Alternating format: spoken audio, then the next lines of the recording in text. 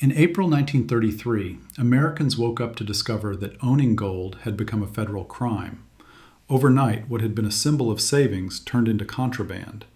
The government ordered citizens to hand it over, not to punish them, but to save the system itself. That was the official story. The real one was quieter, buried in ledgers and telegrams between banks. The United States was broke, not visibly, but structurally. Gold was flowing out faster than it came in.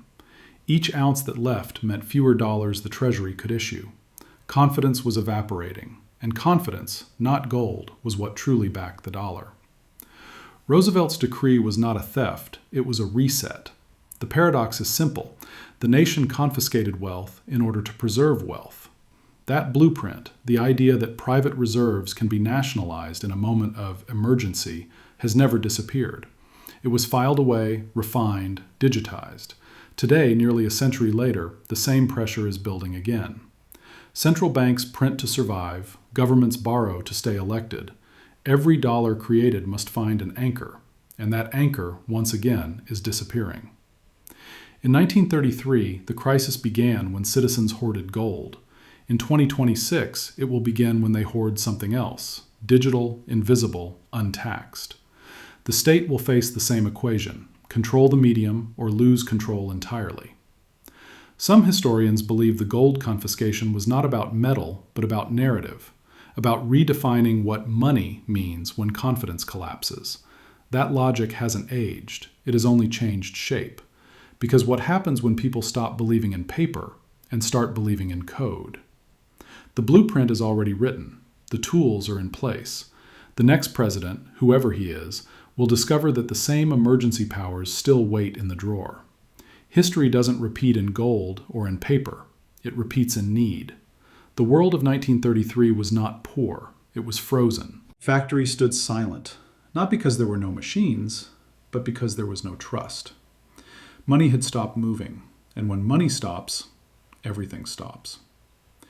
4 years earlier, in 1929, the U.S. stock market lost almost 90% of its value. The collapse was not just financial, it was psychological.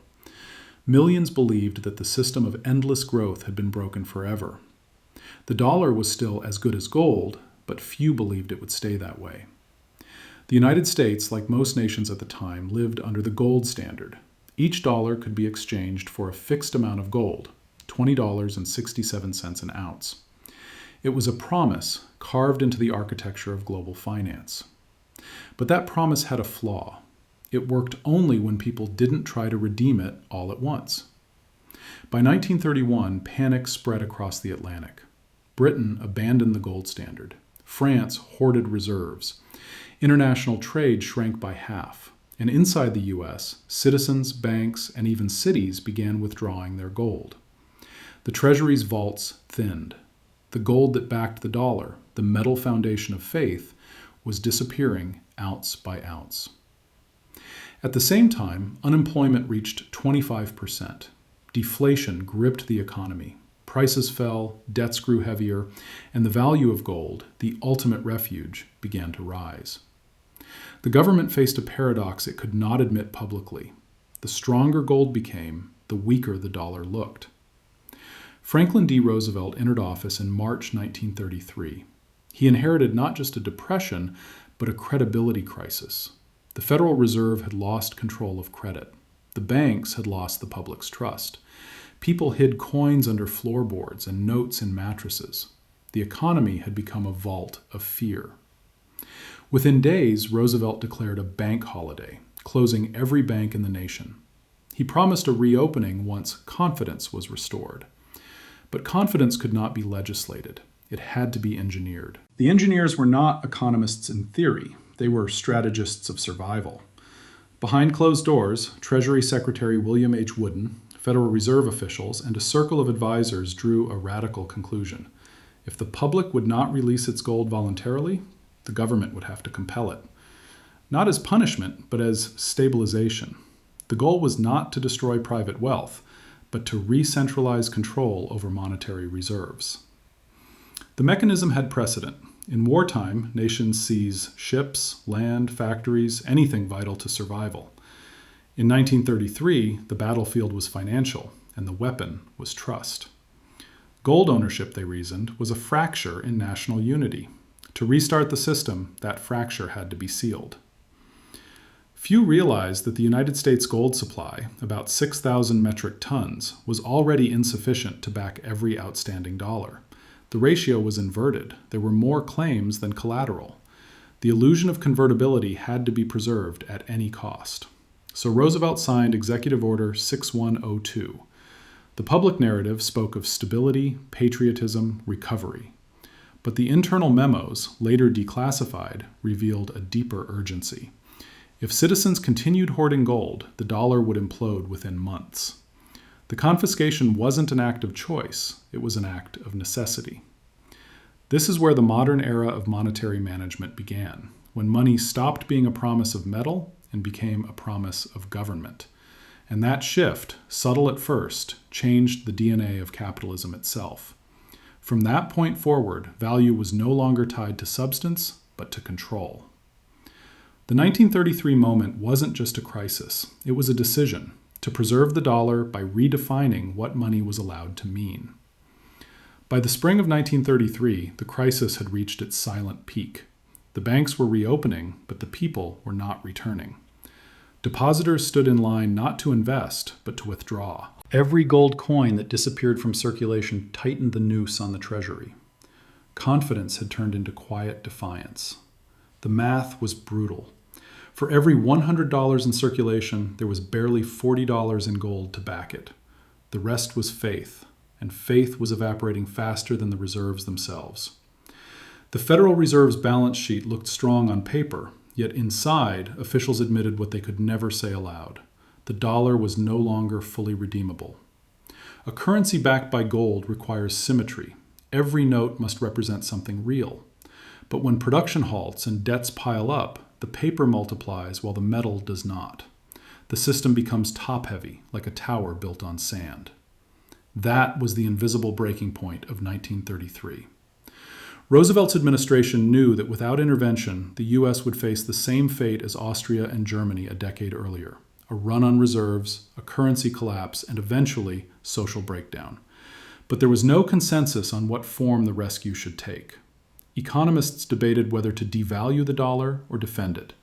Bankers argued for austerity, while industrialists demanded inflation. Roosevelt chose a third path: control the flow of gold itself. On April 5th, he signed Executive Order 6102, making private ownership of monetary gold illegal. Americans were ordered to exchange their coins and bullion for paper dollars at the official rate of $20.67 per ounce within 25 days. The reaction was mixed. Newspapers called it an emergency measure. Some citizens complied quietly. Others hid their gold, buried it, or melted it down into jewelry. There were no mass arrests, but there was fear, the kind that doesn't need enforcement, only memory. Behind the public decree, a more technical operation unfolded. The Treasury collected roughly 600 tons of gold in the first months, a fraction of the total believed to be in circulation. Yet it was enough to send a signal. The state, not the individual, was once again the custodian of money's foundation. Then came the second act. In January 1934, the Gold Reserve Act revalued gold to $35 per ounce, effectively devaluing the dollar by 41%. Those who had surrendered their gold at $20.67 received paper worth far less in real terms. The government's hoard, meanwhile, suddenly expanded in nominal value by billions. It was a transfer, not of wealth as much as of control. Some historians later called it the most elegant default in history. The United States had reduced its debt burden not by repayment, but by redefining the measuring stick itself. Creditors were paid in the same dollars, but those dollars now bought less. The debt stayed on paper, but the weight shifted from the state to the saver. And yet, paradoxically, it worked. Confidence returned. Markets stabilized. The dollar regained credibility because people now had no alternative. When every door is locked, stability feels like safety. The deeper insight, however, was structural. The crisis revealed a truth hidden since the creation of the Federal Reserve in 1913, that the backing of a currency was not gold, but compliance. Once the government demonstrated it could rewrite the rules of value, the gold standard became an instrument of policy, not principle. This was the silent revolution of 1933. It was not the confiscation itself that mattered most, but the precedent it created, that in a moment of systemic danger, private property could be subordinated to public necessity without a single shot fired. And that precedent did not die. It evolved. Each future crisis, from 1971's Nixon shock to the 2008 bailouts, carried echoes of that logic. When confidence collapses, the state intervenes, redefines, absorbs. In 1933, gold was the heart of the system. In 2026, it may be something else: digital balances, crypto wallets, or even access to payment networks. But the equation will remain the same: too many claims, too little backing, and a government forced to choose between transparency and control. Because every generation faces its own version of 1933, when the promise of money collides with the reality of power, the confiscation of gold was not just a decree, it was a system, a machine built to rewire the relationship between citizens, banks, and the state. And like any machine, it had moving parts, invisible to most, but perfectly synchronized. The first component was legal architecture. Executive Order 6102 was rooted in the Trading with the Enemy Act of 1917, a wartime statute that granted the president emergency powers over financial assets. Roosevelt's advisors quietly argued that economic panic was itself a form of war. By invoking that act, they reclassified monetary disorder as a national security threat. From that point on, financial emergency and military emergency became twins in law. The second component was psychological. The government knew it could not enforce the order physically. There were simply too many households, too many coins, too much private space. So it used the press. Radio announcements described the act as patriotic. Newspapers printed lists of banks ready to receive gold on behalf of the Treasury. The appeal was moral, not forceful. And morality, when amplified through fear, is a powerful form of compliance. The third component was financial engineering. Once the gold was centralized in federal vaults, mostly Fort Knox and the New York Fed, it became the base layer for a new form of credit expansion. The Treasury issued gold certificates to the Federal Reserve, which used them to back the creation of new dollars. Each certificate represented gold that could never again leave the vault. Money had become a shadow of metal, a legal fiction sustained by paperwork. And then came the multiplier. Every dollar backed by gold could be lent, relent, and redeposited through the fractional reserve system. The same ounce of gold could support $10 or $20 in credit. This was the alchemy that allowed the recovery to begin. Gold was no longer a currency, it was a catalyst. But the most significant mechanism was conceptual. The government had discovered that control over liquidity, not ownership of metal, was the real key to stability. By concentrating reserves, it could expand or contract the money supply at will. Gold had been nationalized, but what truly mattered was the flow of credit. The invisible battery had been moved from private hands to public institutions. The transformation was so effective that by the late 1930s, the very idea of redeeming dollars for gold began to fade from public consciousness.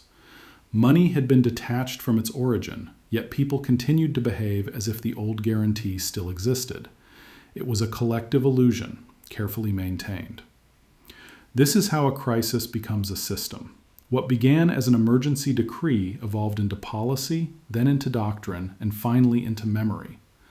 By the time the United States formally abandoned the gold standard in 1971, most citizens had already forgotten what backing even meant. The blueprint of 1933 proved that economic power depends less on wealth itself than on its convertibility, on who decides when, how, and whether value can move.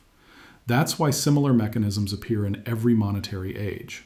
In 2008, it was the liquidity facility. In 2020, it was stimulus. Each time, private assets and public promises merged for the sake of stability. The forms change, but the logic remains intact. When the system trembles, ownership yields to preservation. And that logic, now embedded in digital code and legal precedent, will be activated again, not by ideology, but by necessity. Because when confidence becomes the currency, control becomes the collateral. If this helped you see the machinery behind the headlines, tell me where you're watching from. The results of 1933 were swift, but not simple. The panic subsided. Markets reopened. The headlines spoke of recovery. But beneath the calm, the structure of money itself had been rewritten. By nationalizing gold, the United States effectively severed the private link between citizens and real value. What once sat in vaults and purses was now locked behind state walls. Gold's function changed from a public anchor to a political instrument. From that moment on, monetary stability depended not on reserves but on belief, and belief can be managed. In the short term, the policy worked. Within a year, industrial production surged by 46%. Commodity prices rose. The government, now holding a vast gold hoard revalued at $35 per ounce, gained the power to expand spending without admitting it was printing money. Debt could grow, masked by rising nominal value. Inflation was gentle, but deliberate. Yet every cure reshapes the patient. The gold seizure created a subtle but irreversible shift. The individual saver was no longer a participant in the system's foundation, but a subject of it. The social contract of money had changed, from your gold guarantees your freedom to your compliance guarantees stability. Some historians call this the birth of managed capitalism. The economy became a guided organism. Fiscal deficits, interest rates, credit flows, all could now be tuned from above. For the first time, America possessed not a market-driven currency, but a policy-driven one. Internationally, the effects were even greater. As U.S. gold consolidated, other nations began linking their currencies to the dollar instead of to gold directly. It was efficient, but fragile. The dollar became a mirror through which global trade saw itself. Every other nation's balance sheet depended on the discipline of Washington. And discipline, history would show, is a temporary condition. By the late 1940s, the United States controlled over 2/3 of the world's official gold reserves, roughly 20,000 tons. That dominance gave birth to Bretton Woods in 1944, the system that pegged global currencies to the dollar and the dollar to gold. But it was a pyramid resting on the same principle as 1933, trust. So long as foreign governments didn't demand physical gold, the illusion of convertibility could continue. But illusions age. In the 1950s and 60s, as the U.S. financed wars and welfare simultaneously, dollars multiplied again. Foreign central banks noticed the imbalance. They began redeeming their paper for bullion, first quietly, then urgently. The French sent ships to New York Harbor to collect bars from the Fed's vaults. Gold flowed out, promises stayed behind. In August 1971, President Nixon faced the same arithmetic Roosevelt had. Too many claims, too little metal. His decision, to close the gold window, was the logical descendant of 1933. The confiscation had moved from citizens to nations. What was once domestic policy had become global doctrine. From that day on, money was no longer a claim on anything finite. It was a claim on itself, a closed loop of confidence and credit. The long consequence was paradoxical. America's economy grew, but so did its debts. The same mechanism that saved the system now ensured its perpetual fragility. Every crisis, 1987, 2000, 2008, 2020, was answered with the same instrument: creation of liquidity, suppression of volatility, transfer of risk from private to public balance sheets. The blueprint of 1933 lived on, not as memory, but as method. And yet, the human side of the equation never vanished. In 1933, the saver lost his gold. In 1971, the worker lost purchasing power. In 2008, the taxpayer absorbed the cost of failed speculation. Each generation pays in a different currency, but for the same privilege, to keep the illusion intact. The ultimate consequence was not economic, but psychological. The idea that value could exist independent of authority slowly disappeared. Money became belief institutionalized. And once belief becomes policy, reality can be managed, until it can't. Because stability bought by confiscation is always rented, never owned. 90 years later, the same tension is rising, but the metal has changed form. Gold was tangible. Today, money exists mostly as light, digits moving across screens. Yet the mechanics are identical. Every dollar, every token, every promise still rests on confidence that the system can redeem itself. And that confidence is thinning again. Since 2008, the global economy has lived on credit expansion so vast it makes the 1930s look modest. Central banks now create trillions with a keystroke. The U.S. national debt has surpassed $35 trillion, over 10 times the level of total GDP during Roosevelt's era, even after adjusting for inflation. Interest payments alone threaten to overtake defense spending, and every attempt to shrink the debt ends with the same conclusion. It cannot be done without breaking the machine. Some observers call it financial gravity. Others call it policy. Either way, the numbers describe the same condition. Too many claims, too little real collateral. In 1933, that collateral was gold. In 2026, it will be digital liquidity, bank deposits, stablecoins, treasury bills, all promising stability backed by future taxpayers. Imagine what happens when trust in those digits falters. For the first time in history, private money competes with state money on a mass scale. Cryptocurrencies, decentralized finance, tokenized assets, they function like the underground gold of a new era. They are borderless, untaxed, often anonymous. In moments of political strain, they become the digital equivalent of coins under floorboards. Governments see the pattern, and they remember 1933. That is why central banks are racing to introduce their own versions of digital currency, CBDCs, or central bank digital currencies. Officially, these are about efficiency, inclusion, and modernization. Unofficially, they are about control. A CBDC system makes every transaction traceable, every account adjustable, every unit programmable. If physical gold once hid in safes, digital value will live inside code, controlled by algorithms of policy. And when the next liquidity crisis comes, perhaps in 2026, perhaps sooner, that infrastructure will allow instant intervention. Freezes, limits, conversions, and revaluations can happen overnight, invisibly. The blueprint of 1933 reborn, this time without vaults or trucks, only data. Some historians believe the confiscation of gold was never about metal, but about narrative. To preserve the illusion of stability, the government had to rewrite what money meant. The same is true now. When inflation surged in the 2020s, officials called it transitory. When banks failed in 2023, they called bailouts liquidity support. Words replaced mechanisms, as if language itself were currency. But the mathematics beneath remains stubborn. Confidence cannot grow faster than debt forever. Every expansion has its mirror contraction.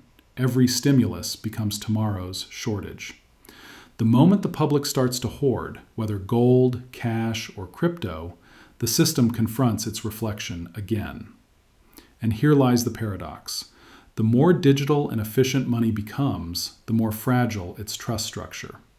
When everything is connected, a single command can alter reality. What was once confiscation by decree becomes confiscation by update. Some say this is progress. Others call it inevitability. But if history rhymes, then 2026 will bring the same dilemma Roosevelt faced. Preserve liquidity by suspending ownership, or let the illusion of control dissolve. The global conditions are eerily aligned. A divided society, record debt, loss of monetary anchor, rising geopolitical stress. Even the rhetoric repeats: temporary emergency measures, collective responsibility for the stability of the system. The phrases that justified seizing gold could just as easily describe freezing digital wallets. And so the cycle approaches again, not as conspiracy, but as mathematics. When the numbers no longer add up, the state must either default or redefine. Default destroys confidence. Redefinition preserves it at a cost. History suggests which option will be chosen, because the blueprint doesn't belong to any ideology, party, or president. It belongs to necessity itself. Even a leader who promises independence, even Trump, even anyone, will inherit the same locked equation: control the flow of money or lose the empire built on it. History didn't change, only the label did. If this drew a mirror between 1933 and today for you, tell me where you're watching from. The story of 1933 was never about gold. It was about what happens when a promise outgrows its foundation. Gold was the symbol. Faith was the fuel. When faith cracked, power rewrote the rules. Today, the materials are different, but the physics remain. The same pressures that forced Roosevelt's hand now build quietly beneath digital markets and political headlines. A system too big to fail becomes, in time, too fragile to trust. And when that moment arrives, when the next president, any president, faces the invisible run on confidence, the solution will feel familiar. Emergency powers, temporary controls, new definitions of ownership, justified by necessity, not out of malice, but out of mathematics. Some will call it modernization, others will recognize it for what it is, the return of an old blueprint in a new disguise. Because the logic of 1933 never disappeared. It only waited for its next opportunity, the moment when money once again forgets what it's made of. History doesn't repeat in forms, it repeats in equations. And the next equation has already begun to balance itself.